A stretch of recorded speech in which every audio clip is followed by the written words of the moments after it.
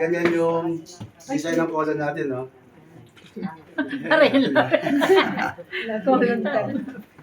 Ganyan yung design ng colon natin, no? So yung takbo pala ng ating colon ay ito yung ascending, kasi ito yung transverse, ito yung descending, and palabas. Yan pala ang takbo ng ating colon. So hindi pala siya pwede pabalik. Pag binalik mo, masisira yung ano to, yung iliac, yung valve. Eh yan, nag-automatic yan na kahit hindi mo ginagalaw, pag may papasok, bubukas, tapos pagka bukas niyan, pag may nakapasok, hindi na makakalabas. Pero pag pinorse mo, pwede lumabas. Kasi organs lang naman yan.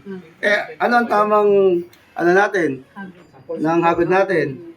So, okay. Mababa pa natin yung dog.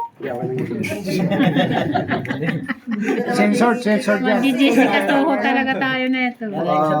Parental guidance. Wala po nagpo-post sa Facebook ng ganito. Yes.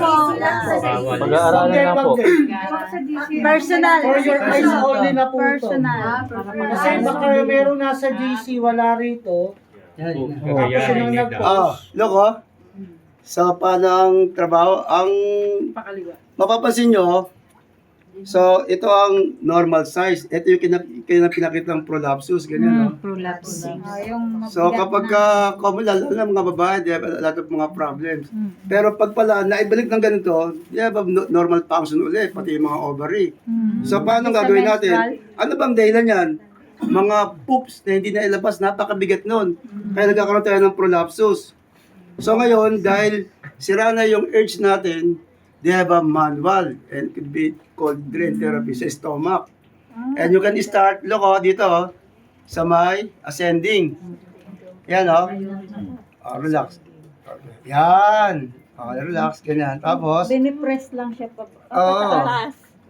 and tutulungan mo lang tumakbo sa transverse, tapos sa descending, and look. Yan.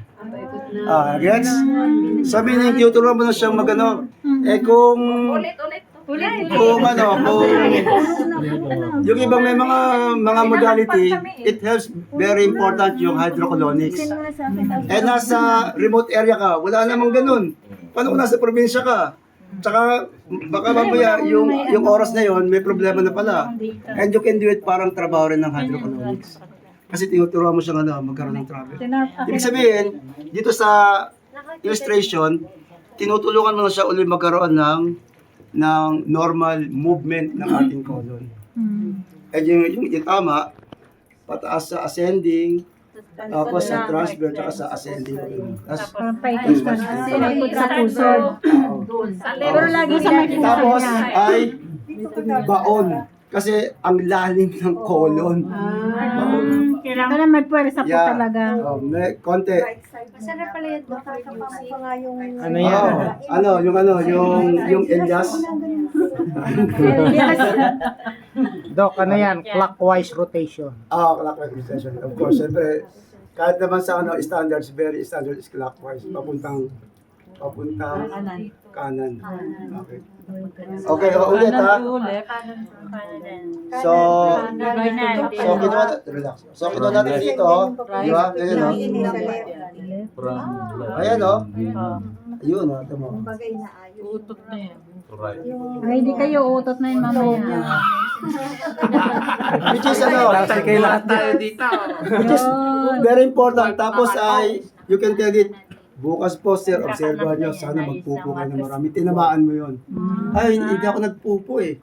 Ulitin mo lang. Hindi porke hindi mo tinamaan. Hindi porke hindi nagpupo, hindi mo tinamaan, ulitin mo lang. Kaya nga meron first session, second session. And the next session, and this is our first session. And the next session, kung ano i-complain niya, yun yung mga habol. Bali. Kasi nga nagtitreatment tayo. Paano pag may labas na yan? It's good. Magkakaroon ng normal body. po yun. Standard lang. Hindi ka nag-habol. Hindi, Doc. Balik ka lang dito. Doc, obligado bumalik Obrigado. para kumita ka. Hindi, yun ang totoo. This is first and second session. Hindi siya, di ba? Alam mo naman. Ang drain therapy is, tandaan niyo po, Kasama po yun.